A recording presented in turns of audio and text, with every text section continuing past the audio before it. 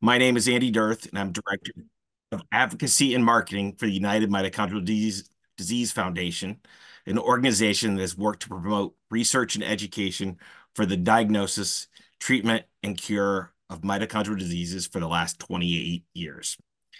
Since our organization held the first congressional briefing in coordination with the caucus in 2012, there is no doubt significant progress has been made. Today, there are nearly a dozen drug candidates in the mitochondrial disease therapeutic pipeline, which would have been unthinkable when this caucus was founded. Just 2 weeks ago, more than 700 patients, families, researchers, and clinicians gathered together for UMDF's Mitochondrial Medicine Conference in Cleveland. In the air was a new sense of optimism. Conversations around therapies are moving from theoretical to practical. Families, many for the first time, are seeing a sliver of hope. The Mitochondrial Disease Caucus, led by co-chairs Representative Brian Fitzpatrick and Representative Jim McGovern, have been instrumental in this march forward.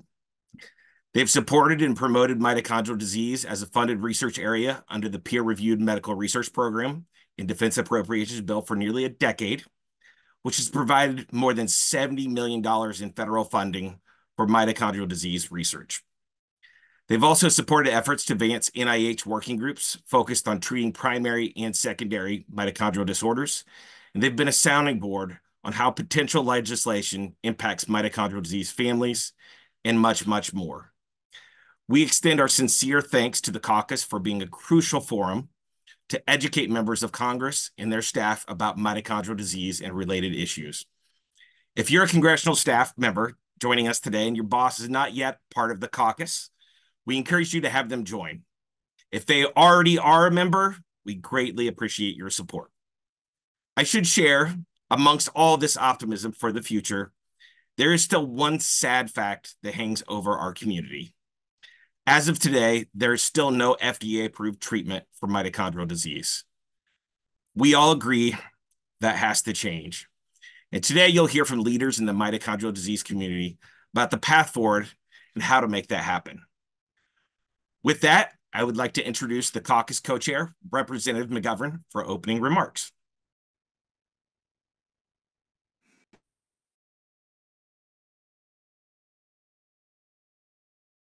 Am I still muted? Yeah.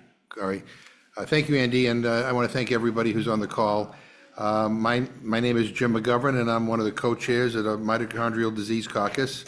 And I want to thank everybody for joining this briefing and for your interest in learning more about mitochondrial disease. I also want to give a special thank you to Katie and Rini for helping put this together, and all the wonderful speakers who are joining us as well. Look, mitochondrial disease affects 1 in 4,000 people, and mitochondrial dysfunction is linked to conditions like Alzheimer's, Parkinson's, diabetes, and many cancers, just to name a few. There are currently no treatments or cures for people with mitochondrial disease or dysfunction. And as a result, people who suffer from these conditions are living in a state of uncertainty. People who are battling rare and ultra-rare diseases like Barth syndrome, which you'll hear about today, are often met with delays in diagnosis and few doctors who know how to treat them. So when you're dealing with diseases like these, you can't afford to wait. But the good news is that promising scientific breakthroughs are happening every single day. We are closer to effective treatments and cures than we have ever been before. And investing in research and medical innovation is one of the most important things that Congress can do. And we have more bipartisan agreement on these issues than almost on anything else. That's why Representative Fitzpatrick and I lead requests in both the Labor, Health, and Human Services and Defense Appropriations bills to support funding for mitochondrial disease research. The more we can get funding into the hands of people working on these issues, the faster we'll find cures. And it starts with raising awareness, and it's why the advocacy of people like our panelists is so important. Educating members of Congress on mitochondrial disease and dysfunction is crucial to building support for more funding. And that's why we're here today. You're going to hear from experts to learn more about mitochondrial disease, the current state of play, and how Congress can support the efforts of mitochondrial disease community moving forward. Let me end on a personal note. I have always understood the importance of investing in medical research. But I have a young daughter who, right at the beginning of COVID, was diagnosed with a rare cancer.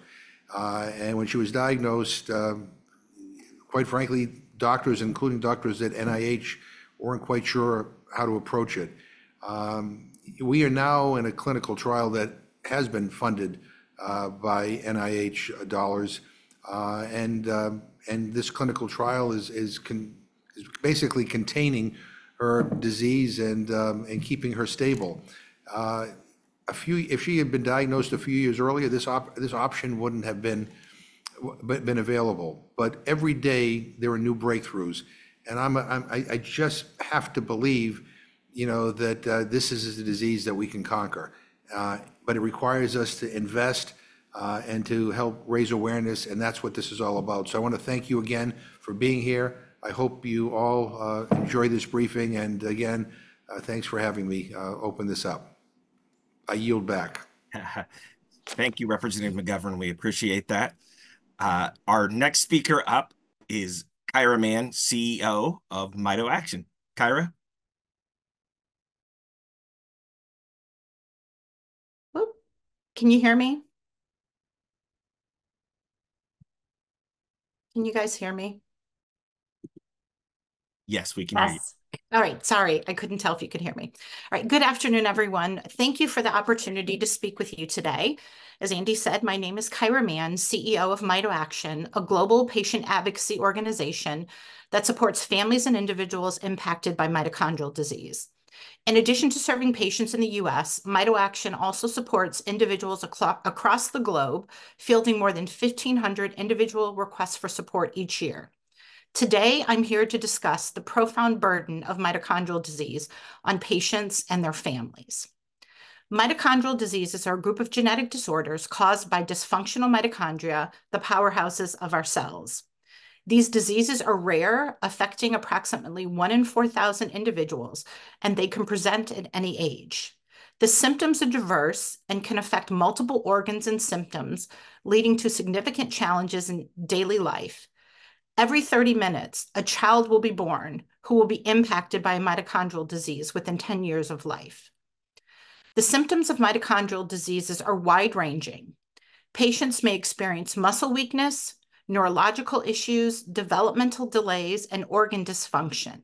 Specific examples include Leigh syndrome, which primarily affects the central nervous system, MELAS, which involves muscle and brain dysfunction, Kearns-Sayre syndrome, which leads to eye and heart problems, and Barth syndrome, which you'll hear more about today. The variability in symptoms adds complexity to diagnosis and treatment. Obtaining a diagnosis for mitochondrial disease presents significant burdens and challenges for patients and their families. Due to the diverse and often nonspecific symptoms that can mimic other conditions, many patients endure a prolonged diagnostic odyssey of up to 8 to 9 years. This journey frequently involves multiple visits to various specialists, extensive and sometimes invasive testing, misdiagnosis, even being told it's all in their head, all of which contribute to significant emotional and financial strain. The lack of widespread knowledge and experience with mitochondrial diseases among healthcare professionals further complicates the diagnostic process, leading to delays in obtaining a correct diagnosis. And these delays are critical as early intervention can significantly improve management and quality of life. Next slide. Living with mitochondrial disease brings a substantial physical burden. Patients often struggle with chronic fatigue, making even simple daily activities, such as walking, eating, and personal hygiene, exhausting. Muscle pain and weakness further limit mobility and independence. You may be familiar with the spoon theory. It's an analogy that was created by a patient who was struggling to help family and friends understand what living with a debilitating rare disease similar to mitochondrial disease is like. So imagine you have 5 spoons that represent your total daily energy capacity. For each activity you complete, no matter how big or small, each activity uses up one of those spoons. You wake up, you walk to the bathroom, you brush your teeth. Just these simple acts would use 3 of your 5 spoons. Once the spoons are gone, there's no energy left to do anything else that day. It's nearly impossible to make it through the day. Another common analogy, and you can go to the next slide. Oh, let's go back one more. I'm sorry.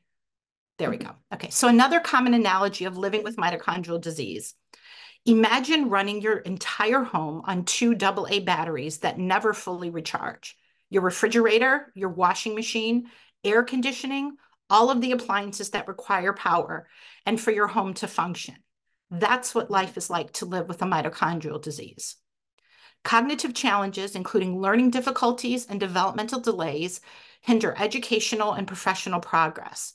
For example, children with mitochondrial disease might require special education services and individualized learning plans, while adults may find it difficult to maintain employment due to cognitive impairment and severe fatigue.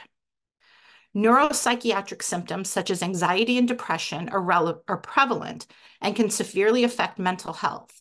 These symptoms often stem from the stress of managing a chronic illness, social isolation due to physical limitations, and the uncertainty of disease progression. The impact extends beyond the patients to their families and caregivers. The financial strain of high medical costs, therapies which today are only treating the many symptoms associated with mitochondrial disease, and the need for adaptive equipment can be overwhelming. The time commitment required for caregiving often means that family members must sacrifice their careers and personal time. The emotional toll is significant, with stress and anxiety being common among family members. Caregivers also face mental health challenges due to the continuous demands of caring for a loved one with a chronic illness. The economic impact of mitochondrial disease is substantial. Direct medical costs, including hospitalizations, medications, and specialist consultations, are high. Many therapy options for symptom management are not covered by insurance, nor is genetic testing for many seeking answers. Indirect costs, such as loss of productivity and caregiver absenteeism from work, further exacerbate the financial burden. Many families also face long-term disability support costs. Currently, treatment options for mitochondrial disease are limited and mainly focus on managing symptoms rather than curing or directly treating the disease, as there are no FDA-approved therapies. This approach leaves patients and families without effective long-term solutions.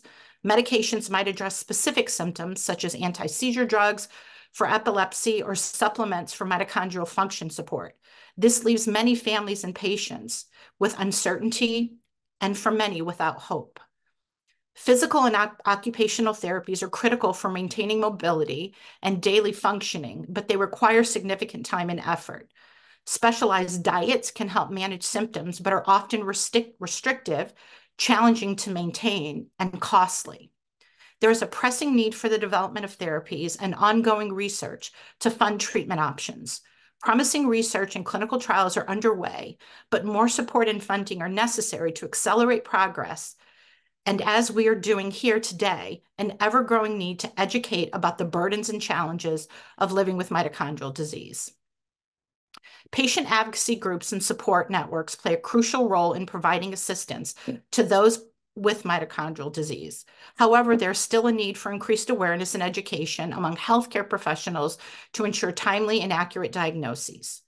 The partnership between legislators and patient advocacy group is crucial in addressing the challenges faced by the community. Legislators have the policy to influence funding, policy, and regulatory decisions that can significantly impact research and patient care. By collaborating with patient advocacy groups, which provide a voice for those affected by mitochondrial disease, our legislators can better understand the real-world needs and priorities of this community. This collaboration can lead to increased funding for research, more comprehensive healthcare policies, and expedited approval processes for new treatments.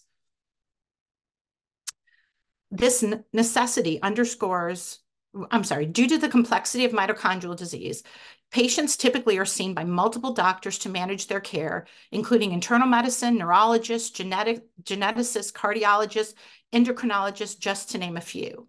This necessity underscores the importance of the Accelerating Kids Access to Care Act, which aims to streamline the process for children to receive out-of-state medical services. As patient advocacy groups, we are committed to helping the mito community raise their voices on this and other critical legislative issues. In conclusion, mitochondrial disease imposes a significant burden on patients and their families, affecting their physical, emotional, and financial well-being. We need to prioritize research and the approval of new treatments. Your support is critical in helping us find solutions that can alleviate the burdens of this disease. Thank you for your attention and your ongoing commitment to improving the lives of those affected by mitochondrial disease.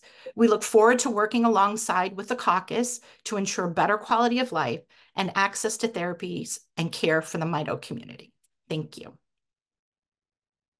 Thank you so much, Kyra. And I actually have learned that we have Representative Fitzpatrick on. So I actually think we're going to give him a chance to speak, the co-chair of the caucus. Representative Fitzpatrick.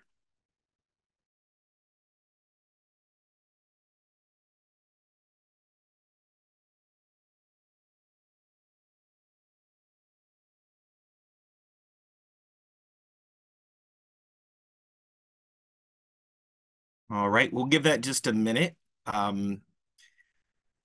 Representative, if you'd like to speak, we'll give you some time as we go. Next up, we have Emily Milligan, the Executive Director of the Barth Syndrome Foundation. Go ahead, Emily. Thanks, Andy. And you can advance the next slide, please.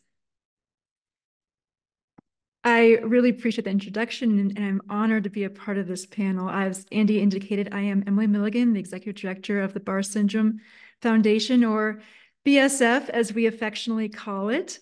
Our foundation has been in existence now for 24 years and presently serves 144 affected individuals in the United States, 299 worldwide in concert with our international affiliates. We are the only organization in the world uniquely focused on saving lives through education, advances in treatments, and ultimately finding a cure for this ultra-rare, debilitating genetic disease. Caused by a single genetic mutation on the X chromosome, Barth syndrome results in biochemical and mitochondrial aberrations and almost exclusively affects males. Given the word syndrome is in our name, the clinical manifestations include an array of complexities. Cardiomyopathy, which is an enlarged and weakened heart, is the leading cause of death in our patient population. And neutropenia is extremely low levels of white blood cells. It results in sepsis in the second most common cause of death. Severe muscle weakness and exercise intolerance, which along with bone-crushing fatigue, is the most cited obstacle to improve quality of life for those who live beyond infancy. There are a myriad of other challenges that people also experience through Barth syndrome. The prevalence of Barth syndrome is 1 in 1 million male births, or essentially 1 in 2 million births. We are ultra rare. In our FDA listening session in 2021, we reported 50% of deaths occur in the first year of life, 85% before age 5. Commonly, infants, never experience their first birthdays, dying in those perilous hours and months after birth from heart failure. Our dear kids and adults continue to die way too young and way too often. Quite simply, if I can leave you today with one impression as it pertains to Barth syndrome, it is brutal, it is devastating, it is a deadly disease, and it commonly strips people of their longevity, their vitality, and their human dignity. Fortunately, we have a center of excellence at Johns Hopkins University led by Dr. Vernon, who is also providing testimony here today. But being a private institution, the associated limitations of accepted health insurance for families in lower socioeconomic brackets, as well as the travel challenges for families, this can still translate into health disparities within the U.S. Barth syndrome patient population. Unfortunately, as of today, as others have already mentioned, there are no FDA-approved treatments for Barth syndrome or other mitochondrial diseases. And that means individuals with our condition must resort to a cocktail of medications to attenuate their complex multi-system disease symptoms, which is why it is so important to have coordinated care across specialists or within the Center of Excellence. Next slide, please. Fortunately, we do have a late-stage clinical development program that could result in the first ever FDA-approved therapy for Barr syndrome. You can go back a slide, please. Renee McCarthy, CEO of Stealth Biotherapeutics, will touch on her company's efforts in a bit, and I welcome her comments. They've been working to advance the drug elamiprotide for commercial use in Barr syndrome, and is a case study for why certain legislation, like the Rare Pediatric Disease Priority Review Voucher, or PRV, is critical to making hope a reality for people in dire need of treatment options. But myself, as a representative of a patient advocacy foundation, I want to provide a complementary perspective and touch on considerations from our point of view that I fear bear relevance to decisions you must render as policymakers. As we all know the statistic that there are over 30 million people in this country living with rare and ultra-rare diseases. And while we espouse personalized medicine as the way of the future, there is not a personalized approach for drug development for these conditions that affect such small numbers at the level of unique diseases. Meaning, because there are so few people, and then even fewer who meet eligibility criteria for clinical trials in a given indication, it can be challenging, if not impossible, to demonstrate a therapy's efficacy with the same confidence and statistical analyses that larger trials and more traditional approaches can amply address. Take Barr syndrome, for example, here on the screen. When we recruited for a trial in the United States back in 2017, we knew of approximately 100 people in the country with Barr syndrome. Only 55 people were eligible, with 12, and I'll reiterate that number, 12, barely double digits, people enrolling. And yet that translated into nearly a quarter of all eligible people in the United States for one study.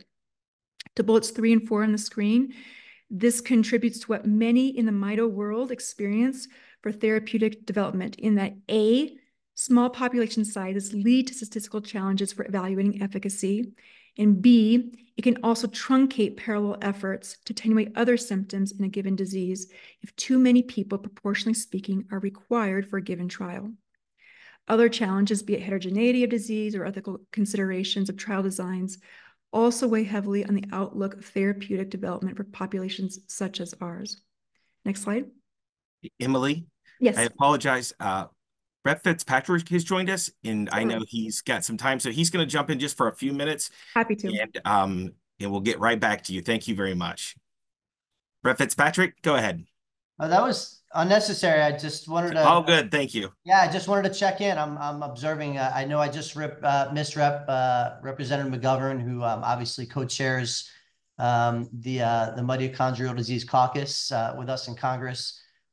Thanks for inviting me today. Sorry, we just got off the floor, so I'm a little bit late, but just chiming in to see how we can further help you guys accomplish your goal. Last update we had, about 1 in 4,300 people in the U.S. have mitochondrial disease, and that doesn't even include the ones obviously who have yet to be diagnosed. So the number is probably much higher than that. And as co-chair of this caucus, along with Rep. McGovern, just know that he and I will continue to advocate for expanded research, expanded funding for the disease in order to help those impacted by this very, very progressive illness. I have a number of constituents who are battling this. They were the ones that brought this to my attention. I came into Congress as an FBI agent, no real healthcare experience to speak of. And it was citizen advocates that were affiliated with your organization that sought me out, educated me on what mitochondrial disease was, and here I am as a co-chair of that caucus now. So it's just a testament and exhibit A of the importance that you all play. So, to Emily and all of you, thank you for having me on here, and Katie as well. Great. Thank you so much. We appreciate that. I apologize, Emily, if you'd like to jump back in. No apology necessary. And thank you, Congressman, for your comments also.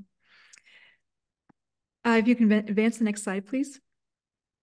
So we're just talking about the therapeutic challenges for development in this space. And yet, in our case, after years of effort, I am very happy to report that we have been able to successfully make inroads with the FDA on a common understanding of the basic epidemiological parameters of our disease, that more people simply do not exist to augment the sample size in a way that would meaningfully change our statistical reality today. And these are the parameters in which we can do drug development, which we must acknowledge. To hold ultra-rare mito populations to the same standards of more prevalent diseases and that are irreplicable in these human resource constrained groups is to perpetuate inequities they already experience. You may have seen the news that we at BSF have staunchly supported and continue to do so in advocating for fair, equitable, and appropriate review processes that acknowledge the innate differences of drug development in the context of ultra-rare and mito. But if you look at this timeline on the screen, it spans a decade, and we are still in the thick of it. Investors already confronted by the challenging prospects of a total market saturation for Barth syndrome, for example, which is only 144 individuals in this country, would need an incentive to endure the sinews and duration of drug development. We absolutely need smart legislation in our economy to stimulate and maintain drug development for the millions of people in the aggregate living with rare and ultra-rare diseases. Otherwise, they will be left behind. And these people would be left behind. Please advance to the next slide. So from Texas, 2 relatives under age 1 both had heart transplants. And from Georgia, quote, "My son, almost 25, suffers daily from this horrible disease. The older he gets, his condition worsens. Not only that, he knows his life will be shortened." And from Wisconsin, a mother's 4-year-old son, quote, "He is the 8th child in my family with this disorder and the only one to survive." Next slide. The PRV exists, though, to expedite the development and promotion of drugs for rare pediatric diseases like Barth syndrome. My colleagues at the Every Life Foundation in DC report that 53 PRVs have been awarded, benefiting approximately 40 unique rare diseases and the thousands of people impacted by those conditions. And for complex legislation, which it is, it's actually quite simple. The program exists to incentivize pharmaceutical companies to develop treatments for high unmet need indications like Barth syndrome and other mitochondrial diseases. Products obtain the rare pediatric designation from the FDA, and if the product is approved by the FDA, the company is then eligible for receiving a PRV for future treatments. Without any impact to the federal budget and appropriations, which I wish I could sing from the rafters because I know that's very, very important to this Congress.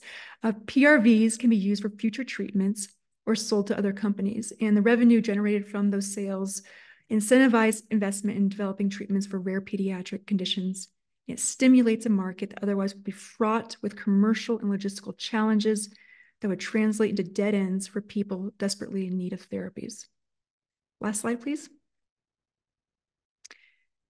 So on behalf of the Barth families you see on the screen before you, all who I know by name, Declan, Wally, John, Steve, Deacon, Caleb, and their loved ones, we desperately ask that the House please pass the Creating Hope Reauthorization Act of 2024 out of the full Energy and Commerce Committee to extend the PRV program and make strides to protect efforts to continue R&D investment in a space that so desperately needs it.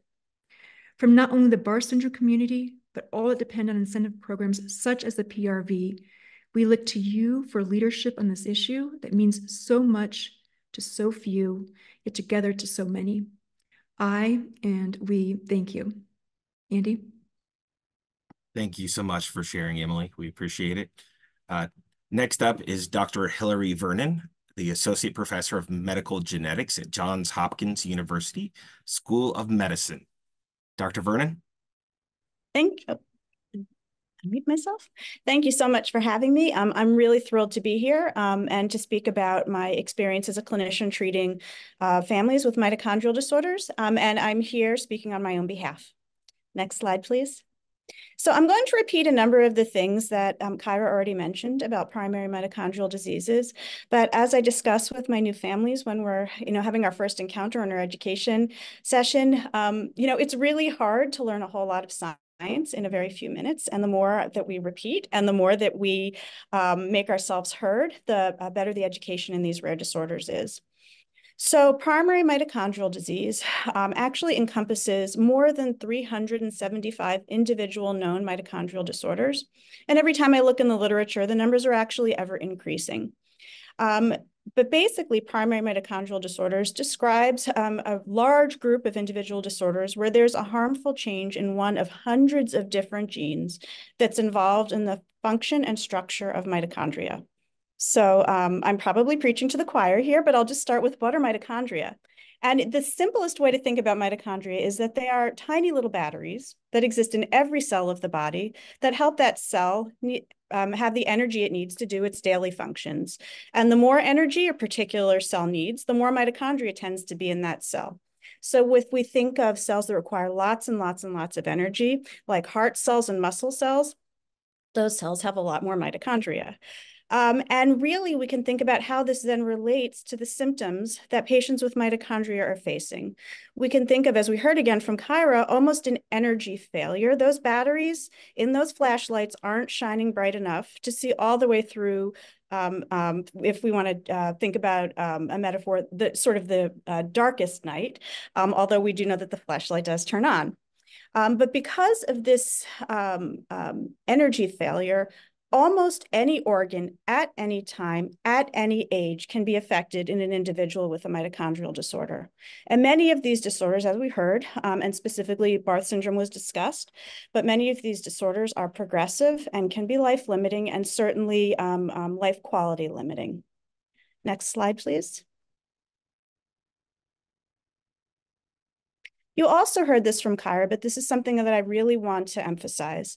There are a number of challenges in diagnosing and managing mitochondrial disorders. And I can say, having been in this field now for more than a decade, things are vastly improving over where they were a decade ago. But there's still a number of challenges that we are continuing to work with. And I also want to emphasize that I'm speaking from my own perspective as a physician who's, deeply involved, invested in the families that I work with, but this pales in comparison to the experiences that my families have. So I hope I'm doing justice by speaking to their experience as well as mine. On average, a patient with a primary mitochondrial disorder is seen by more than 8 doctors before a diagnosis is made. In looking at the literature, the average age of a patient who presents with their first symptoms of mitochondrial disorder, in retrospect, will recognize that they had those symptoms at about 14.5 years of age. Although I must emphasize, we know patients who present in utero, who present before birth, from infancy all the way through. I have patients that are first coming in their 80s, so their 9th decade of life. But the median age of diagnosis is 30 years of life. So that means individuals have been experiencing symptoms for almost 15 years. And this is something that's even more striking. The mean time from the first visit with a doctor for a symptom that is pertinent to a mitochondrial disorder to receiving that diagnosis is 7 years on average. And why is this? Why does this happen? I think there's a number of reasons. I think that, as we heard, individual mitochondrial disorders are rare. So a number of physicians, most physicians have probably encountered this in their career, but they may not know because they have not received the education necessarily to be able to recognize a mitochondrial disorder. The symptoms can affect, again, almost any organ at any time, at any age. So patients are first presenting in various different clinics with their first symptoms. So if we think of my referral base at my mitochondrial clinic at Johns Hopkins, I'm receiving referrals from ophthalmology, from eye doctors, from hearing doctors, from kidney doctors, from heart doctors. And sometimes there's just a really amazing thought that there's something here. I'm not sure what it is, but maybe genetics can figure it out. So oftentimes by the time a patient has gotten to me, there's been an intense workup, but still not quite yet a diagnosis. The other thing that can make diagnosis difficulty is the availability of diagnostic testing. This morning, I actually, unfortunately, had to speak at a meeting with a series of insurance providers who now want to no longer cover mitochondrial DNA whole genome sequencing because they're calling it experimental testing that has no proven benefit for patients. I can speak to my clinic that is full and has a 6-month waiting list of patients who have mitochondrial disorders, the absolute importance of having that testing available to patients. And we're still having to, in this day and age, having to make the argument that mitochondrial DNA sequencing is a necessary part of care for patients who have mitochondrial disorders. It's baffling. But so the struggle is still ongoing for me as a physician and more so for families who are trying to access this kind of diagnostic technology. But what happens once a diagnosis is made?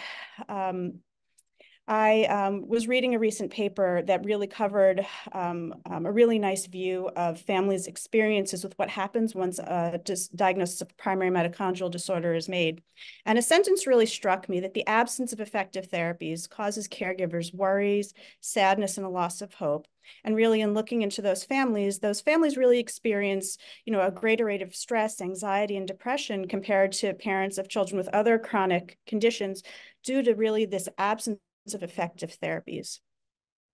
When patients come to clinic, when they come for their first visit, and I would say it's probably once a week that I have a family who has a new diagnosis, there are a number of questions that families have that are almost universally come in this order. Why did this happen to me or my child now? Will this affect other members of my family? What's going to happen to me next? And how can we treat this? And a lot of my answer is, I'm not sure. I don't know. We're going to do our best. We're here with you. But I think we can do better than that. Next slide, please. So without having approved, effective, and directed therapies for mitochondrial disorders, how do we treat our patients? How do we help our families?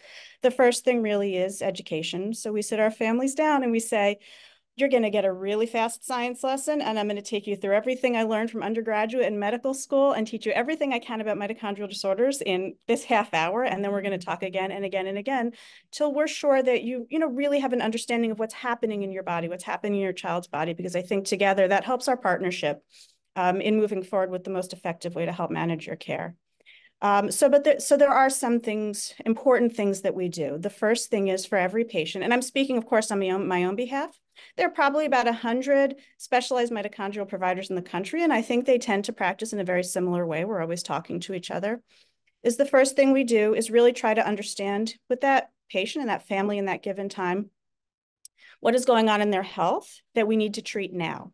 So it typically involves a wide series of investigational testing, looking at the heart, the ears, the eyes, the kidneys, the liver, make sure we're not missing anything, screen for every possible complication at that moment, and then try to develop a health maintenance plan for that patient going forward so that every year we can try to keep them as healthy as possible and keep an eye on every organ system that might be involved to get ahead of problems that may cause a faster progression of disease.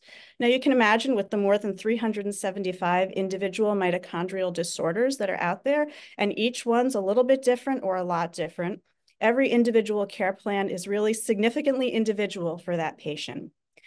Some general principles in mitochondrial disorder treatment is, as we mentioned, mitochondria are those batteries of the cell. We want to reduce the bioenergetic needs of the body. We want to reduce the need of the body to shine that flashlight brighter than it can shine.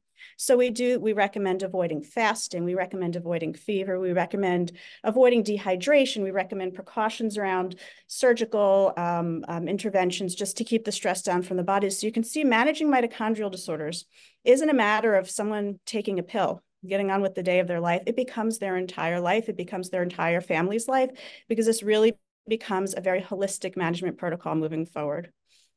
We're very fortunate at the institution where I work that we are able to collaborate with specialists from every pediatric and adult specialty who have agreed to have a specialized knowledge in mitochondrial disorders and treat our patients, so that we don't have patients who are walking into a clinic and someone says, I don't know what this is. But outside of sort of these very rarefied situations, families often find themselves presenting to a physician trying to explain exactly what their disorder is, and they really become their own best advocates.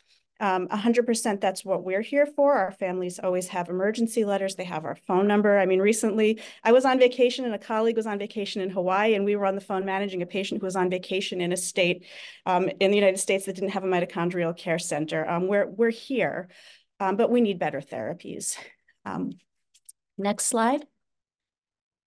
But I actually also want to talk about the amazing opportunities in treating mitochondrial disease. As I mentioned, over the past decade, I think things are moving in a really amazing direction. Things that I cannot express my optimism more now than ever.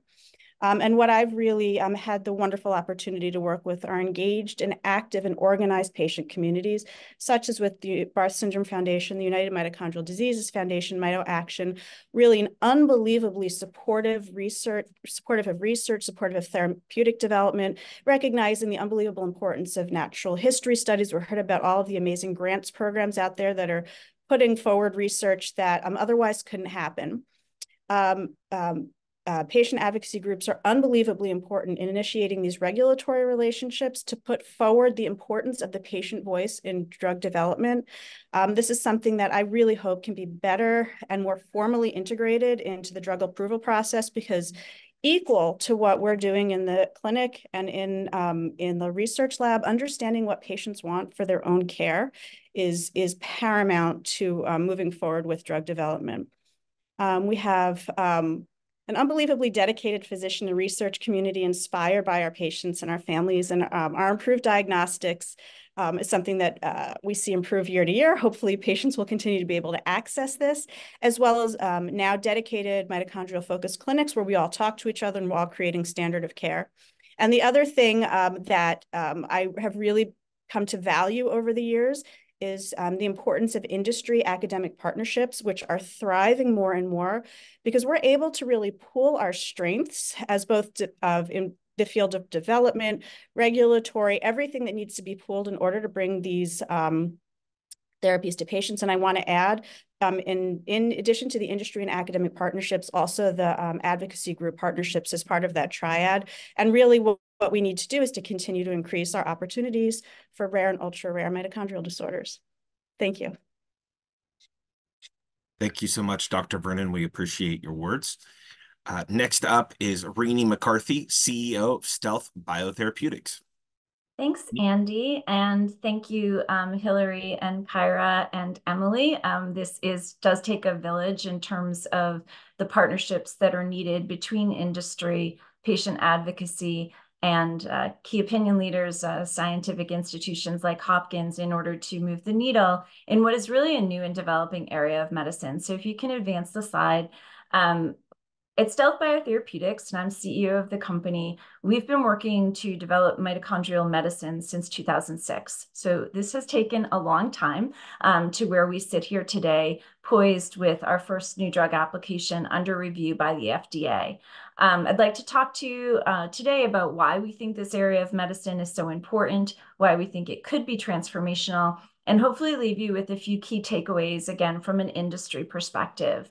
So as the other speakers have mentioned, mitochondria are absolutely essential for human life.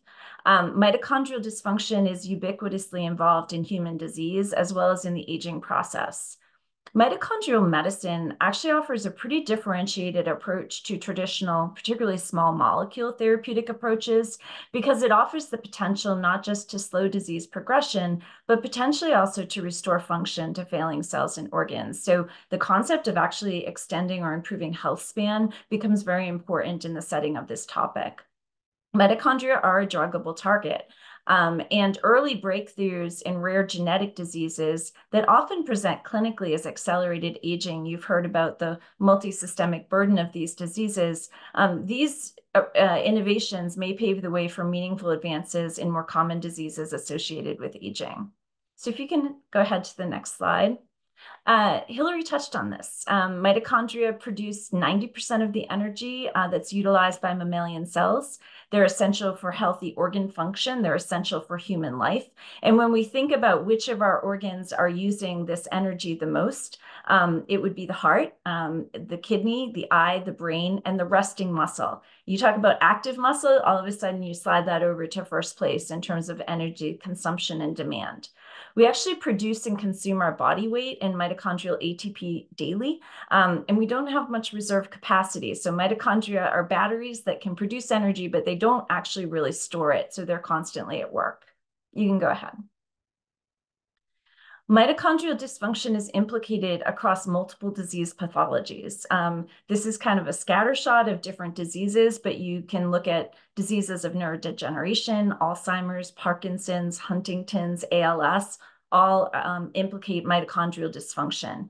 Heart failure implicates mitochondrial dysfunction. Skeletal muscle and movement disorders, whether those are ataxias or they're dystrophies or they're sarcopenia, all implicate mitochondrial dysfunction. Metabolic diseases like diabetes, ophthalmic diseases, we're developing in dry age-related macular degeneration. Mitochondrial dysfunction plays a role, again, across the trajectory of human diseases. So while we may be looking and talking to you today about diseases like Barth syndrome that affects less than 150 Americans, the lessons learned out of studying these diseases can have very broad-ranging impact. You can go ahead a slide.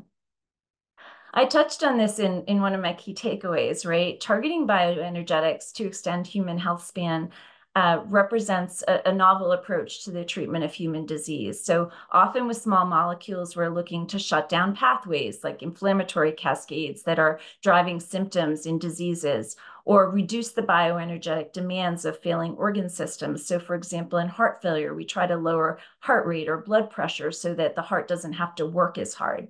Unfortunately, those approaches don't necessarily improve quality of life or health span for patients. So they might extend lifespan, but they're not necessarily making patients feel better. Restoring bioenergetics to failing cells and organ systems might offer the potential to preserve organ function or even restore it in some cases. So that could potentially facilitate better health span for patients. So with this, we think of mitochondria as potentially like restoring the homeostasis of energy demand versus energy consumption, and hopefully actually helping make patients feel better. You can move forward.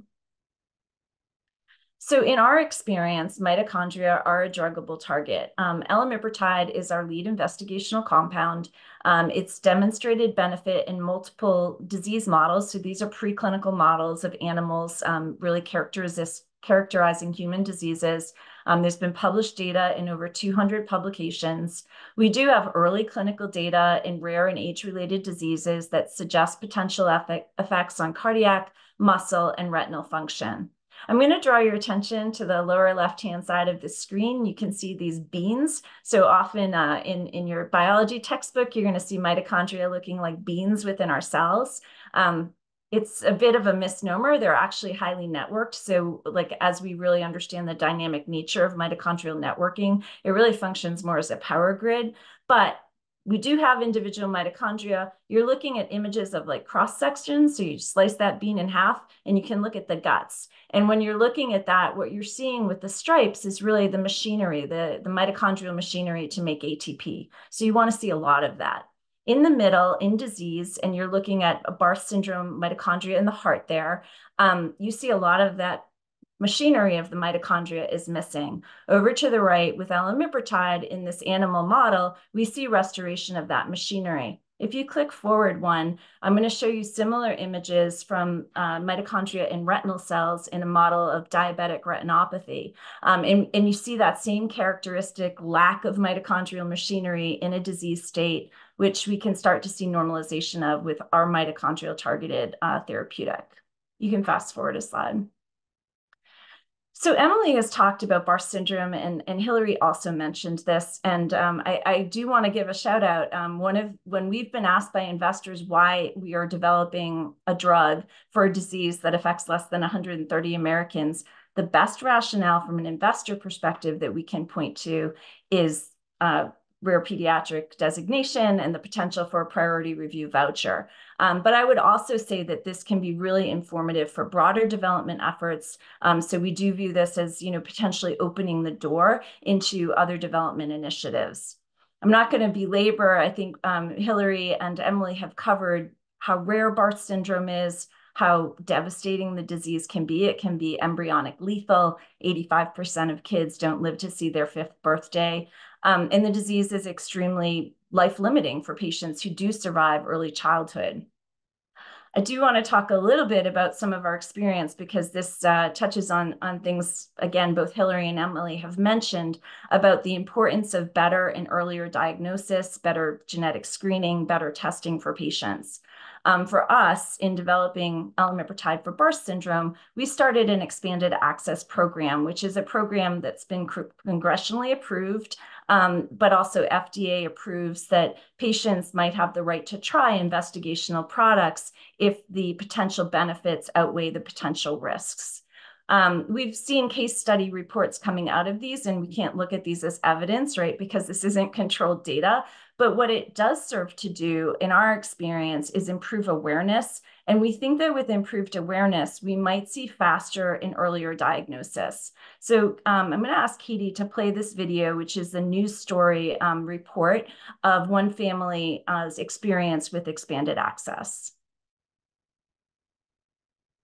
Doesn't sound like the audio is playing, so we can certainly post a link to this in the chat. But long story short, a baby, 11 months old, presented at the Children's Hospital of Philadelphia in acute cardiac distress. There you go.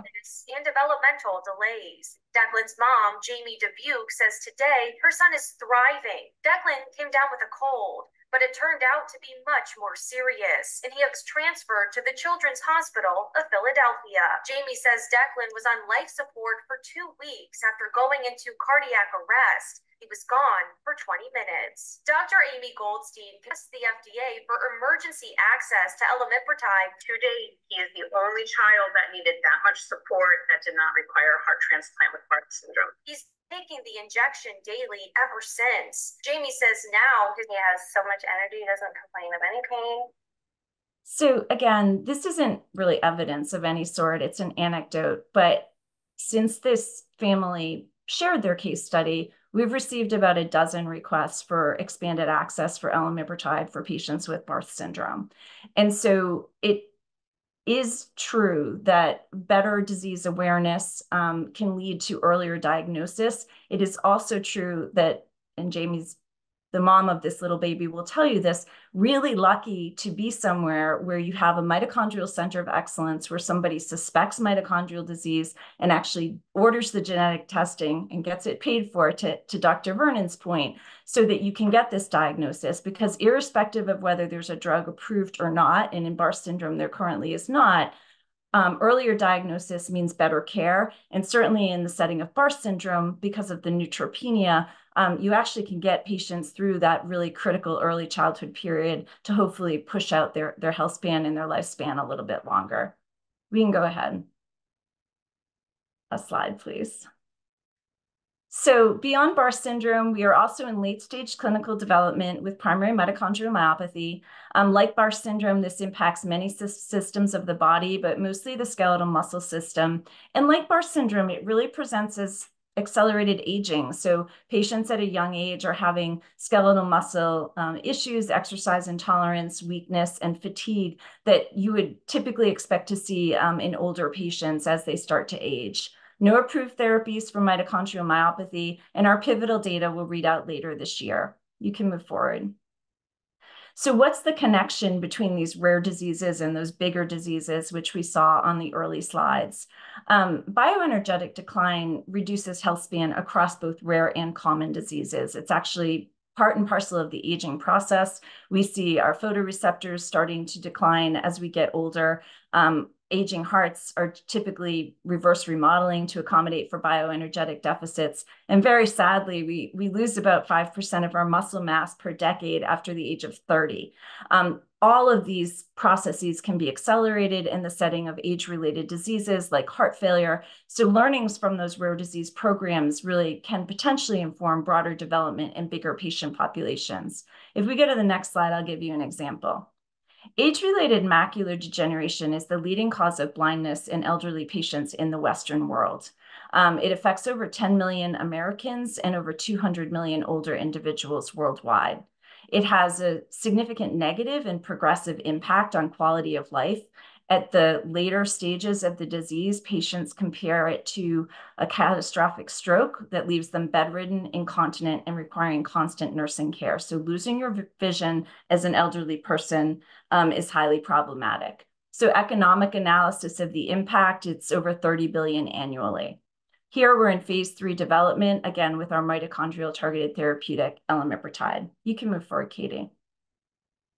Historically, breakthrough approvals have driven innovation across the disease process. So if we look at multiple sclerosis with the first approval in 1993, over 20 drugs approved today. That's the hope and that's the vision from an industry perspective about mitochondrial disease, that early approvals across some of these rare, devastating diseases will open the field to the application of mitochondrial medicine to more common diseases that affect millions of Americans.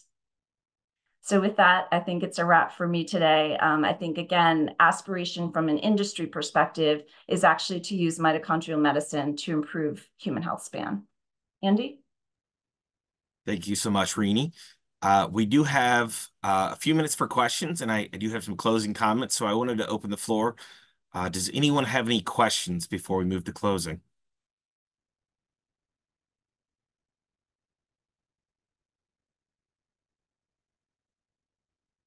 Okay, with that, I don't see anything.